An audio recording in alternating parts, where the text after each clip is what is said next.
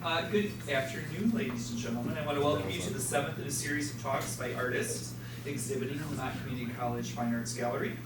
My name is Jim Schurter, and on behalf of all of us here, I'd like to welcome our speaker today, Katie Krcmarik. Yes. Our next exhibit in the gallery will feature paintings by Flint area artist Charles Boyke. His work will be in the gallery from April 8th through April 23rd.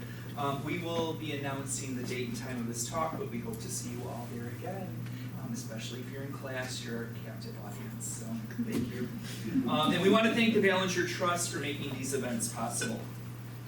So today, as I said, we're here to hear about the work, the life, the times of Katie Krcmarik, former adjunct faculty member, dear friend, and very excited to have her show this work that started with her MFA thesis exhibition, which she just recently got last year, her MFA from the Vermont College of Fine Arts.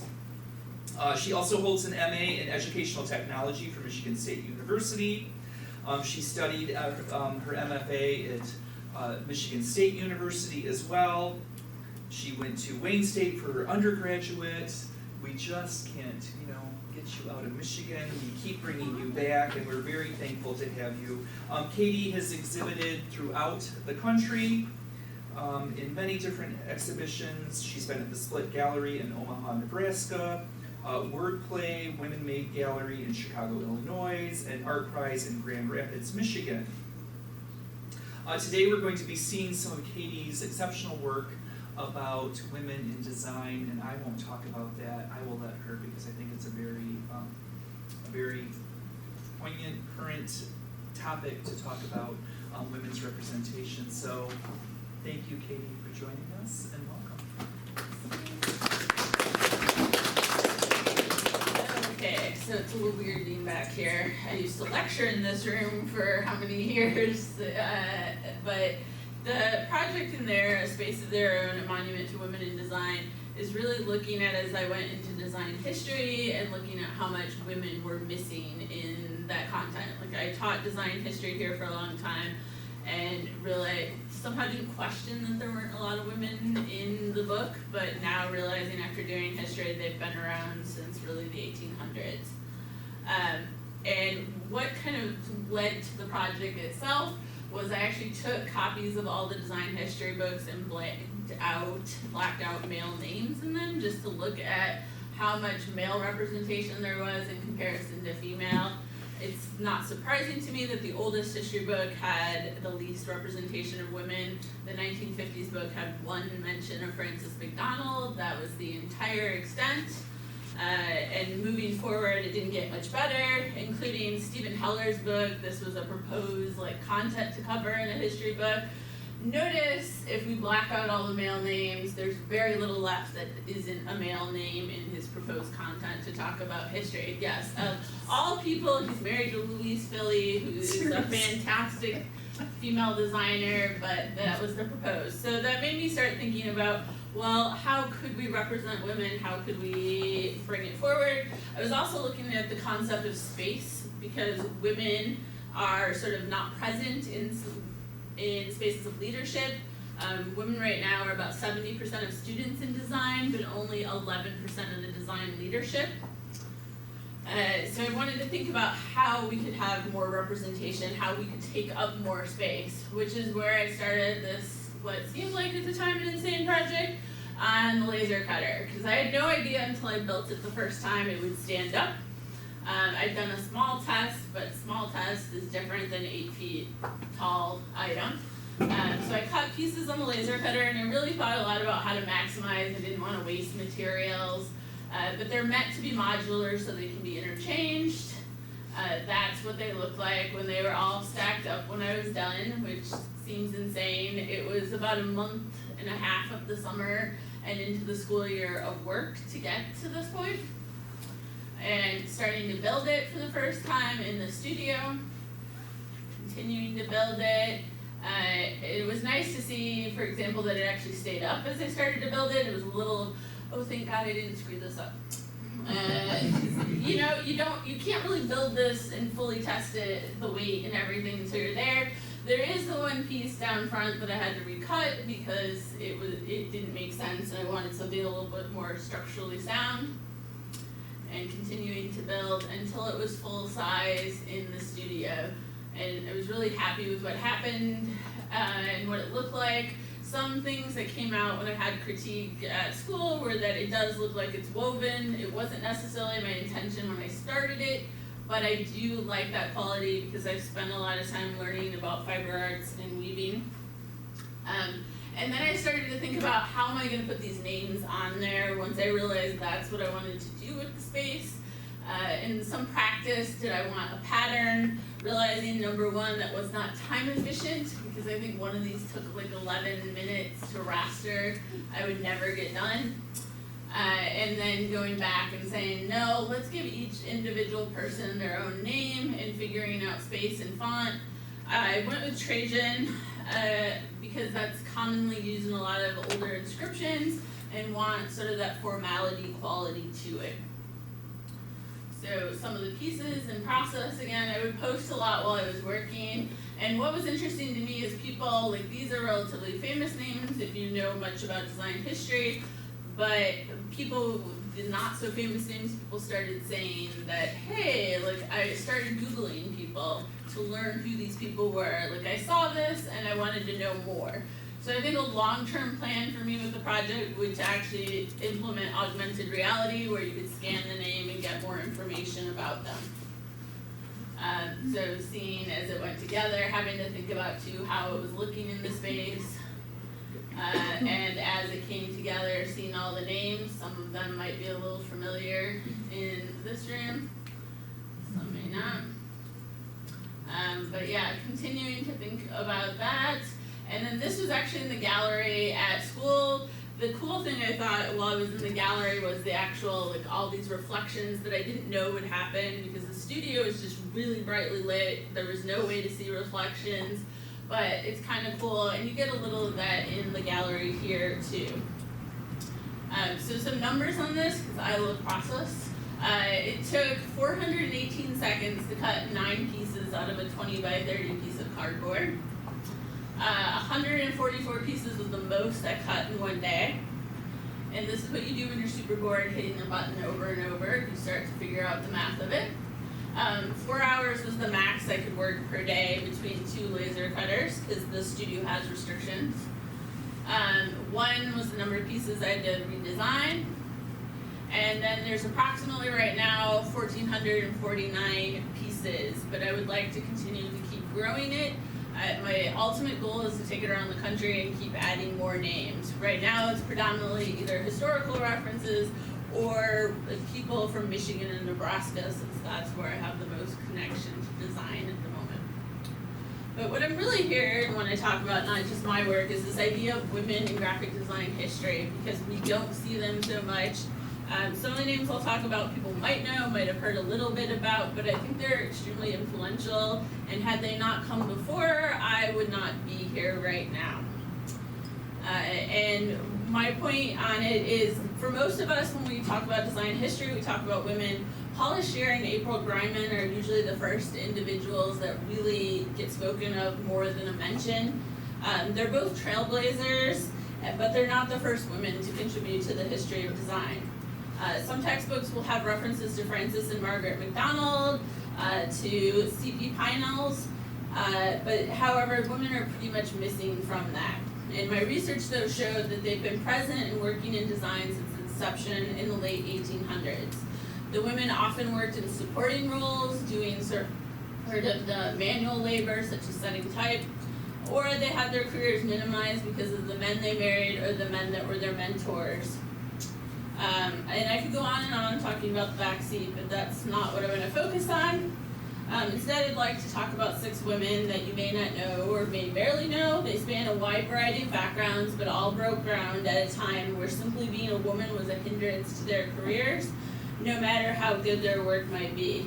And the women of color faced even steeper challenges in succeeding because the field had additional barriers blocking them. These are just some of the women from the Bauhaus especially. While that's not specifically design, they were usually in the weaving workshop. They were the first women to really start thinking and actively talking about design, and some of them did fight to be in other parts of it. But going back throughout history, this was kind of the group of women that got me started on this path. These aren't all the ones we'll talk about, but just an idea that there's just so many women, I couldn't, like, there's a whole book full of it. But the first one is C.P. Pinel's. The graphic design career of C.P. began when she was installed by Condé Nast himself in the office of Mohammed Aga, and an art director for Condé Nast publications Vogue, Vanity Fair, and House and Garden. Through the 1930s and early 1940s, Pinel's learned editorial art direction from one of the masters of the era and became, at Glamour magazine, the first autonomous woman art director of a mass market American publication. She's credited with other firsts as well, being the first art director to hire fine artists to illustrate mass market publications, the first woman to be asked to join the all-male New York Art Directors Club and later their Hall of Fame. After experimenting on Glamour, she later art directed and put her distinctive mark on 17 and Charm magazines as well. So 17. And until her death in 1991, she continued a design career of almost 60 years through work for Lincoln Center and others, and teaching at the Parsons School of Art and Design. Pinel's graduated from the Pratt Institute in 1929, and it had taken her a year with her portfolio to land a position at Contempora. The too frequent pattern had been a positive reaction to the work, followed by dismay when a woman showed up for the interview. Even when she joined AGA, working for Vogue and Vanity Fair, she had to deal with the sexism of those that believed women did not have the constitution to be art directors. Rising to the position AGA had prepared her for, Pinel's was named art director at Glamour in 1942. Ignoring her publisher, she turned out to have a little respect for this middle market fashion audience. Pinel's used the talent of the day. She later became the art director of the 3-year-old 17 magazine, a radical invention directed towards a hitherto undefined audience, teenage girls. So while 17 is now like a fashion magazine, it was once actually an act of resistance and rebellion against the status quo. The founder and editor, Helen Valentine, addressed her readers as serious and intelligent young adults rather than the silly, only marriage-minded girls other publishers saw. In support of Valentine's mission to educate teenage girls, Pinel's moved 17 out of the common, idealized, and sentimental school of illustration to use the best contemporary artists working in America. The reader's visual education would begin with the best artist's work. Just to show a couple more of her covers here. And then Charm, which was more aimed at women who work. She's credited with the innovation of using fine artists to illustrate mass market publications. Important because fine art and modern art, it brought fine art and modern art to the attention of the young mainstream public. It also allowed fine artists access to the commercial world. She commissioned artists such as Ben Shahn and his wife, Bernarda Bryson, Richard Linder, Jacob Lawrence, Reginald Marsh, John Sloan, and Don Kingman. She discovered some other artists such as Richard Anschwitz and Seymour Schwartz. An artist and illustrator herself, she was the perfect art director. She left artists alone and asked them to read the whole story and choose what they wanted to illustrate. Her only direction was that the commissioned work be good enough to hang it with the other work in a gallery. Until the mid-1950s, when the much younger women started to make their way into positions of independently responsibility in magazines and graphic design, she was herself a first in many respects, as I mentioned. She accumulated innumerable art direction and publication awards over the years from the Art Directors Club, AIGA, the Society of Publication Designers, and others. While there were some women receiving awards, they were always paired with a hovering male art director, while Pinel's got single credit. Though she paid her professional dues early and often, awards, juries, panels, presentations, lectures, committees, and boards, including the AIGA, and through Mohammed Agha had proposed for 10 years that she be added to the New York Art Directors Club before getting membership. Ironically, the club wouldn't budge until they were faced with the dilemma that they wanted to offer membership to her husband, William Golden, and he would not accept without her. And William Golden, for those that don't know, designed the CBS logo, was probably his biggest claim to fame. They both became members in 1948. She was the first woman member. Also in 1948, Pinels and Golden became the first couple to win individual gold medals in the same year. In 1975, she was the first woman inducted into their Hall of Fame. As the first female allowed on some closely protected male professional turf, Pinels was pleased to be included with all her friends. Although these rewards were late in coming, Pinels was of a generation and demeanor that was gracious and patient. She has remained unfairly and unfortunately a footnote in American graphic design history, overshadowed by the attention paid to her two husbands, but this is finally changing. So she was ironically she was mentored by one of what's considered the 9 pioneers of design in the 1900s, and married to 2 others, and yet got no credit for it herself. Will Burton. And so this is some of her illustration work. She worked on a cookbook at one point. Another one. In this case, she didn't like the way the potatoes looked in the photos, so she illustrated them herself. Another for the Lincoln Center. Some other layouts here. I really think the work at Charm and 17, treating women as people instead of objects, was revolutionary just in the treatment of women in general, not to say the design work. Alright, the next one I particularly love because I like working big. Barbara Stouffer Solomon. She is a San Francisco-based artist, graphic and landscape designer, and writer. She was born in 1928 and first worked as a dancer before studying painting and sculpture at the San Francisco Art Institute.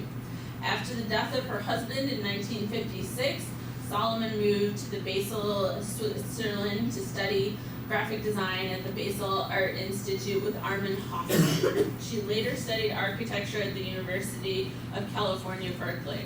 She's best known for her interior supergraphics of the 1960s Sea Ranch and her 1991 Ribbon of Light installation at the Embarcadero Promenade in San Francisco. Her iconic style of mixing Swiss modernism and West Coast pop pioneered the look of the California cool, an important moment in graphic design history. Her works have been exhibited in galleries around the world, from Paris to New York, and is currently on a permanent exhibition at the San Francisco MoMA. Now in her 80s and still working on her craft, Barbara has turned her attention to the smaller canvas, creating pieces that don't tell just one story but many, and making a single page dance well beyond its borders. In addition to an impressive portfolio, she boasts a fascinating life story, ranging from being a teenage flamenco dancer to marrying a well-known film director, to suddenly finding herself a young widow with a child to support. At a crossroads, she moves to Switzerland and she studies with the most influential modernist designer, Armin Hoffman, before returning to the US and creating influential designs that were bigger and bolder than her Swiss counterparts. So this is some of the more smaller work. Another example. But this is the Sea Ranch, which is the first time these really large-scale graphics were applied to an environmental structure. So some more of the inside. More examples of the place. I think it's finally been torn down, if I remember correctly, because they pulled the exit sign down. But that's one of the things she's most known for. And super graphics is really a small subset here in design. Or So she worked on all these sort of large scale projects, which I can appreciate. If anyone wants to donate a building to me to take over, I'm super happy about that. Yeah. So some of the smaller stuff she's starting to work on too. Alright, the next one, Tomoko Miho. She's viewed by many as the design world's best kept secret. A distinctive presence, but a very private person. She avoided the spotlight. She does not need it because her designs speak for themselves. She never attempted to make a name for herself, but has acquired a formidable reputation among her peers. When looking back at her career, everyone agrees that her work is an example of the whole being greater than the sum of its parts. Her contribution to graphic design is far greater than the sum of her talents. Her posters, books, catalogs, logos, showrooms, and architectural signage share a common denominator, an internal breath that comes from the exacting relationship between space and substance, between imagery and information, between concept and details. There is never any sentimentality in her work, yet it elicits a strong emotional response. The gratitude of on feels when someone gets it right. One of her gifts is to find potential greatness where others merely see constraints. Born in Los Angeles, Tomoko, I'm really gonna say this one, Krcmarik, spent part of her early years in her family in an Arizona internment camp. In order to recover, we had to excel, she says. The experience forced many Japanese Americans to seek new horizons. Her new horizons would be defined by the fortuitous design opportunities, a summer scholarship from the Minneapolis School of Art, now the Minneapolis College of Art and Design, opened a realm of possibilities, a visit to the Museum of Modern Art during her first trip to Manhattan after her high school helped her focus on her professional ambition. But it was a full scholarship to the Art Center School in Los Angeles, now the Art Center College of Design in Pasadena, that would truly change her sense of aesthetics and broaden her field of vision. With a degree in industrial design from the Art Center School, she moved first to Philadelphia to join her husband, James Miho, and then later to Michigan, where she was hired as a packaging designer by Harley Earl Associates. In the early 60s, a lengthy 6-month tour of Europe with Jim and another couple, also designers educated at the Art Center, gave her a chance to reevaluate and consolidate all her previous design assumptions. During the late 60s and the early 70s, Tomoko worked on various Herman Miller projects, and in the 80s, she became the principal of Tomoko Miho Company. She reestablished contact with Herman Miller, in this time creating environmental art and display for New York, IDC, NY, Long Island, and Los Angeles showrooms, as well as other special invitations. To explain her particular sense of space, Tomoko alludes to shaki, a traditional Japanese garden design discipline that integrates the background with the foreground, bringing distant views into clear focus. Meaning borrowing scenery, shakai transforms the experience of space, imparting a sense of depth, width, and breadth into a small environment. For Tomoko, scale is not simply a question of contrast of relationships, but also a concern for detail. Small elements, not large ones, create a sense of hierarchy. Short captions set in small type make a picture seem majestic. A 12-foot long architectural sign dwarfed by a glass and steel tower tends magnitude to an entrance. An invisible grid conquers authority to an uncluttered layout. Her work also has benefits us. It reminds us that modernity is not a trend, and not a style, not even an attitude. It is a lifelong pursuit to remain curious, lucid, relevant. Last but not least, her work benefits the people who use the posters, brochures, books, etc. that she designs. They enter with her into a harmonious relationship with the information presented to them, its form and its content. It is the harmony that creates the ringing clarity of statement that we sense as an experience, she writes. as a meaningful whole, as a oneness, as good design. So her, actually, I believe at Herman Miller, which is a far more accurate picture of what life would have been like for women at the time, 1 or 2 at the table, if any. One of her signage posters or design.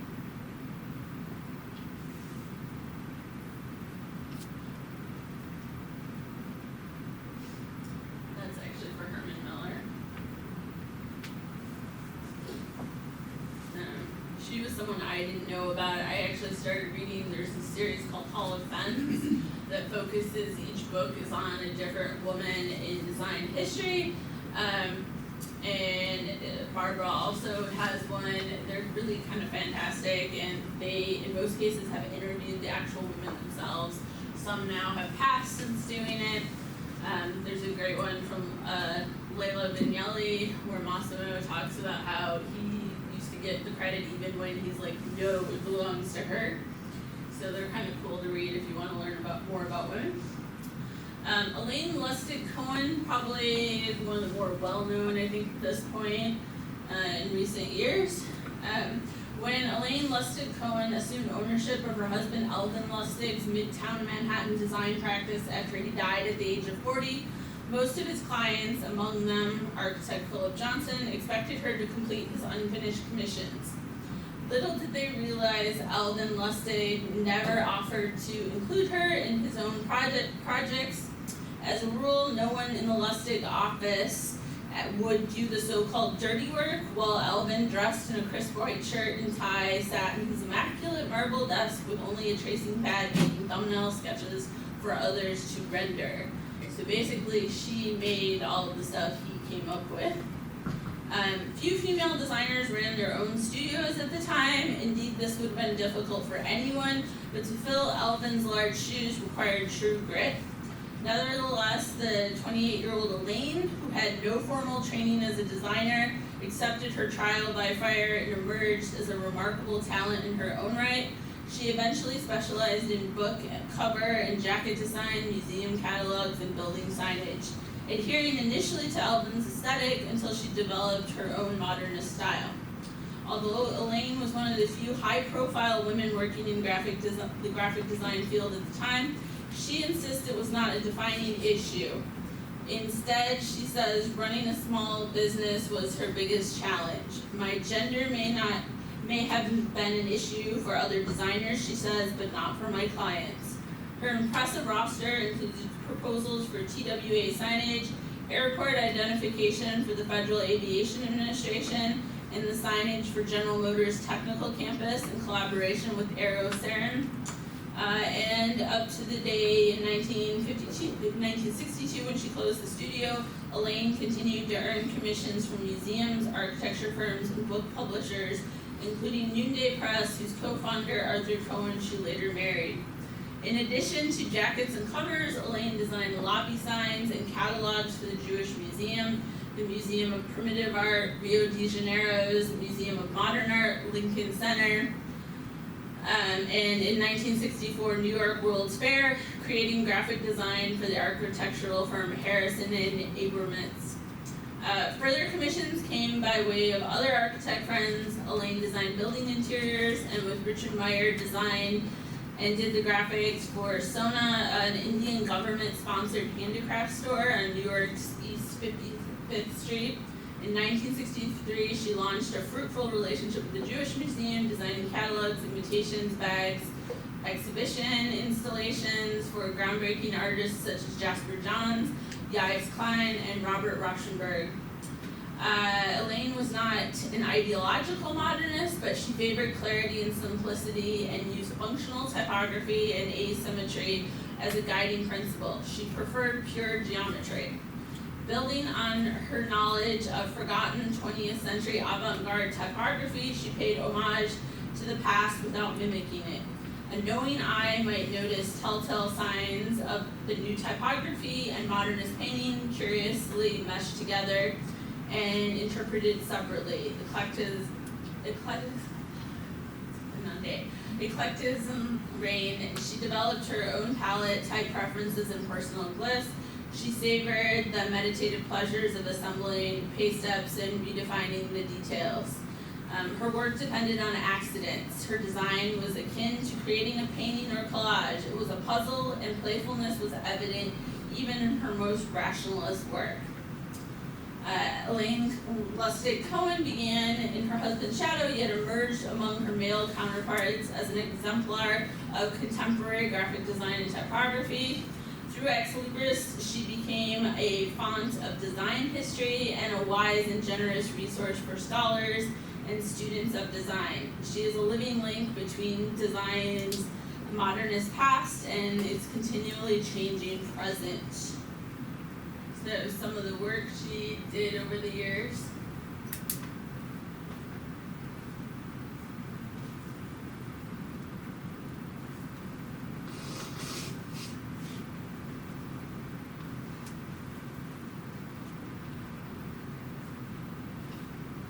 Some of this, I think, was more publicly available recently. She did a project with, I think P22 making type related to this.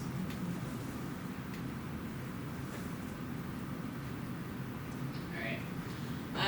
Lainey Sylvia Abernathy. So in the late 1960s Chicago, Sylvia Abernathy was all at once a college student, activist, and graphic designer. Having later changed her name to Lanny, Abernathy is best known for working on the Wall of Respect, a community mural in the south side of Chicago on 43rd and Hayward Streets. The effort was collaborative, a creative orchestration by the Visual Arts Workshop, arm of the Organization of Black American Culture. During these years, Abernathy was also designing album covers for jazz musicians under Delmark Records. 4 of Abernathy's albums live at the archive and hold a special place in their collection. They represent a part of her work that has yet to be researched extensively, and they demonstrate a way of combining type, image, and color that sets her apart from her contemporaries. Unfortunately, I do not have a picture of her. I could not find one, no matter how hard I searched. Black Heroes was the chosen theme for the wall, and out of many design proposals submitted, Abernathy's was chosen. Based on the architecture of the building, she proposed to divide the mural into thematic sections, which included more than 50 portraits of Black Americans in realms of politics, music, athletics, drama, literature, and religion. According to the poet Don L. Lee, the Wall of Respect defied the modernist notion of art for art's sake, and was instead art for the people's sake, reflecting a core belief of the Black arts movement, which called for artists to churn in their local communities and define Black art on their own terms. Multiple artists collectively worked on bringing the mural to life. Photographers captured the process, and the site also became a place where the community came together for concerts, poetry readings, community events, protests, and rallies. During the late 60s, Chicago's explosive jazz scene was a prime canvas for typographic expression on album covers. For a musical genre with roots in African American culture, the jazz section of the graphic design canon is filled with the names of white men such as Reed Miles and Paul Bacon. Abernathy, on the other hand, was one of the few women working in a male-dominated industry and is believed to be the first Black woman to be credited as a designer on album covers. Her keen typographic eye and deft use of abstraction and contrast made her work stand out from long-established formaic styles. And a quick listen to any album reveals her natural talent for translating the unique sound of each musician into a graphic form. Unfortunately, very little has been written about Abernathy's album art specifically. However, one can see the ways in which her approach to design embodied the same principles and values as her art to create work that represented Black life on her own terms. This is best illustrated on the cover for Roscoe Mitchell Sextet. At the center of the photograph is a photograph of Mitchell taken by Abernathy's husband Billy. in a style emblematic of photography of the Black arts movement, which used high contrast to emphasize the dignity, beauty, and blackness of the subject. Abernathy packs a punch by using only black and white enclosing the dignified portrait of Mitchell with circles that ripple out like waves beyond the frame. Abernathy's lettering adds this hypnotic movement with a high contrast blocky sans that swings abruptly from bold to thin stems. So some of her album work. Another one here. And this is the one that they were talking about. I was talking about.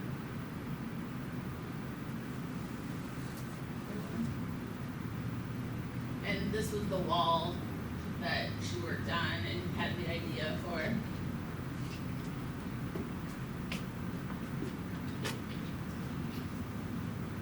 Right. My last one, Lucille Tianzas. A design educator and practitioner, Tianzas is recognized for her prominent role in translating postmodern ideas into critical design practice. Her exploration of the relationship between type, photography, and language, and the development and leadership of highly respected design education programs, always with exquisite execution. She is among those whose work first came to the forefront in the early 1980s on the cusp of the shift from analog to digital design production, and also in her case, perhaps more importantly, at the point when the certainties of the modernist simplicity and order, which had been integral to the definition of graphic design, were being called into question. When she first arrived in San Francisco from the Philippines in 1979 to study at CCA, she was startled by the casualness of her American classmates' speech. The postmodern questioning of the authority of language and the relativity of meaning stuck with her in the way she both understands and liberates herself from the colonial nature of her own relationship to the English language. In effect, she could finally make it her own. The analytical side to her typographic experiments was very appealing. She also took the sense of play to heart as a way to assume power over a language. Thus, her graphic design, where images and text interweave and bounce off one another, and where multiple readings are deliberately engineered, is not only beautiful but also intellectual and heartfelt. She's become known as the designer who, in the winter of 1982, perhaps endured more job interviews in New York than anyone ever had. It was something like 65 interviews before Hartman Kemp Partners offered her a staff designer position. So proof don't give up. The number is not an exaggeration, and it was a good piece of gossip at the time. Her marathon job search says a lot about the New York design world of the early 80s and illustrates the tenaciousness with which she approached her own ideas and work. Her work helped define the look of a new generation in the 1980s and 90s. It displays a sensitive and legible delivery of meaning that betrays an attitude of generosity to the audience and herself. As she once said, you should never lose sight of the fact you are solving somebody's problems. At the same time, you should solve your own as well. Her work exudes respect for the content, yet also embodies her poetic project. Throughout her career, she's kept her firm Tianzas design small and carefully, choosing projects that she could realize without compromising the consistency of her methodology. Yet her impact is much greater than the sum of her individual accomplishments, with frequent publications, a retrospective at the San Francisco Museum of Modern Art in 1996, and the National Design Award for Communication Design from Cooper Hewitt National Design Museum in 2002, and I believe she's also now an AIGA medalist. But this one I particularly love. If anyone has seen Graphic Means, which is a fantastic movie about how people made graphic design before computers, she actually had all the little pieces of how this came together, all the overlays and everything, and the work itself is beautiful, but even just to see how much work went into assembling it is kind of fantastic. Some other pieces from her work.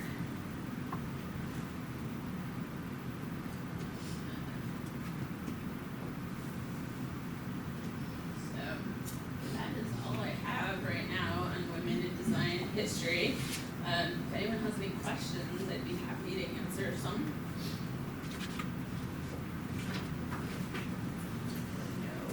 You're all tired and you're at that point in the semester. What's when you talk about the process, that was the way I started. You know, relays, I think you Have you watched the movie yet? I wanted to, but I didn't know. Yeah. I would I'd say if not, I can send you a link. Yeah, that movie is fantastic too, if you just wanna see You the probably like history. reliving my moment. Yeah, Setting, well, not quite so. since I came into design right as that was going away. Katie, what do you see like going forward with your research and stuff like that? What do you want to do next with this? How are you going to change the world? How am I gonna change the world? My actual thesis was on how the use of space and hierarchy creates bias, both for women, but it also would apply to minorities, because our traditional system of this vertical hierarchy reinforces when we consistently list men over women in demographic things, we list white over black, and I believe that really contributes to broader issues. I don't have a specific answer right now for how to fix that, but I've been looking at a couple of options, horizontal hierarchy, heterarchy, and then a lattice theory, which is a mathematical theory on how we might be able to display information in multitudes, so no one thing dominates the other.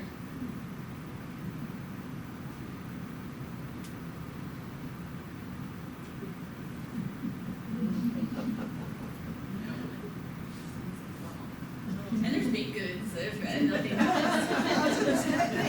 I can't come to town and not bring baked goods, right? I'm just trying It's a lot. And there's so many more. I was trying to pick certain points as well as have a diverse representation, because I think that's important too, is not just as a white woman to put a bunch of white women up here, to think about a broader I was representation. searching online to see if I could, maybe find a picture of Wayne, but, No, I spent a lot of time looking and kind of digging,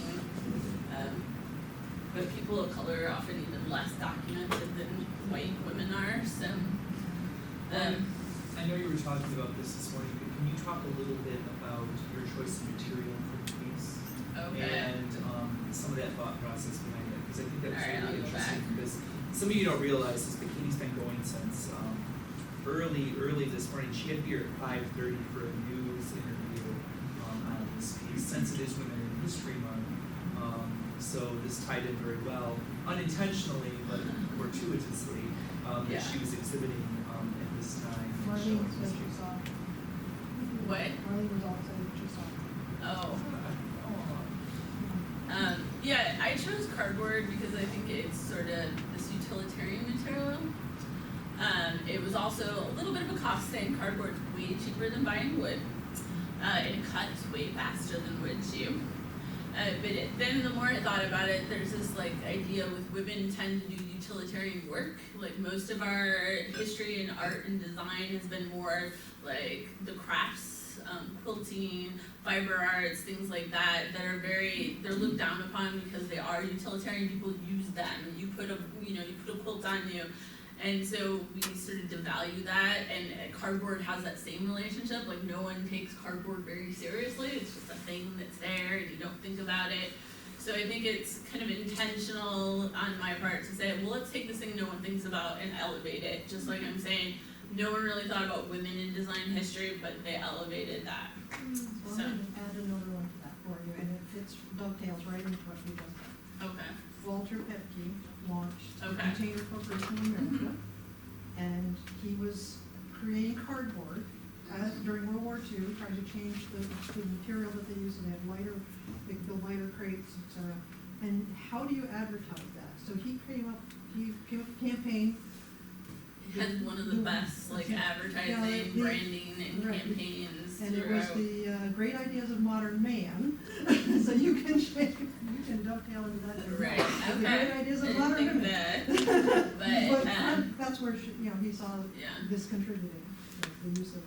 Yeah. And cardboard is interesting because it actually holds a lot of weight. Like I didn't realize it can hold up to 200 pounds. This particular type of cardboard, and I was like, that's just insane. Like this thing that you just throw away and don't think about has this much support. So that was another reason to choose it, was knowing that it would probably support the weight. Because I did a small test. I did like 50 pieces and said, okay, they're all staying up. This will work. Leap of faith. And I'm very big, if anyone spends any time around me taking the leap of faith, like, I learned to use the loom by saying, I can figure this out. How hard can this be? And there were challenges along the way. It wasn't like I magically figured everything out in one try, but sometimes you have to jump off that, like, ledge and hope for the best on the way down. Take the risks. Yeah, because if you don't take risks, you're not going to be anywhere. I think the last few years of my life, I've been taking a lot of risks. It's terrifying. Being on the news this morning is terrifying for me, but I'm gonna do it because I know in the long run it's gonna pay off and it's gonna be more, my life will be better for it. Like, I haven't regretted any of the risks. Some of them have been epically stupid risks, but some have been fantastic risks, and I don't regret it at any point. I'm trying to be braver. It's hard. Like, I want to hide in a corner too. Like, my students always say, I teach a large lecture at the university of 200 students. They're like, you seem fine up there. I don't understand. Like, why are you telling me you're scared? I'm like, I'm telling you so you know it's normal. Nobody is perfect and wonderful. But I'm also telling you because, like, it's hard to do these things. You're going to have to jump off. And so I keep trying to, if I'm going to tell them that, I also need to do it. So I try to take some risks and do stuff. As a teacher, I think it's good to be new at things all the time. It makes me a better teacher to remember what it's like to be the student and be miserable and frustrated and ready to give up on everything. And to keep going back there and trying new things. Yeah. I think our students are often afraid of taking risks because they're afraid of making mistakes, and that is where the learning happens. So in grad school, we used to talk a lot, and it would freak some people out about how we wanted to fail a lot in grad school. And that seems totally like against what you want to do, right? I don't want to fail in grad school. I'm spending a lot of money. I shouldn't want to fail. But what we meant was we wanted to take risks and have things go wrong. Because if we weren't taking risks, we weren't going to fail at anything. So we needed to keep taking those risks in order to be better at everything. So it's hard, it's not easy. I don't love it all the time either. Like, I would love to do the happy, safe, comfortable thing, to not leave my house at a ridiculous hour in the morning or drive across the country here, although I get to see everybody, so that's good. But I think you have to keep doing those things. In small ways even if it's just doing one thing you don't normally do or trying one thing you're scared to try. I think it pays off in the long run. At least it has for me. That's really all I can say about that one, but. That's what the artist is about, standing chances, is learning from. It is, and it's really been good. Ever since I committed more in the last, I'd say 8 years to trying new things and doing that crazy thing I wanted to do, it's gotten a lot better, my life overall. And I've gotten to go and do a lot of things I never thought I would do. I never thought I'd have like national AIG board members I could just call up and would help me out with things. Like, sure, these big name designers that I'm in awe of, I can call them, right? That never occurred to me. Or, I'm an Adobe education leader now. Like, getting to do these things I never thought I would do, but I always wanted to, has been kind of exciting and cool. So jump off the cliffs, it will go well usually. And if it doesn't, you will learn some very valuable lessons on what not to do next time.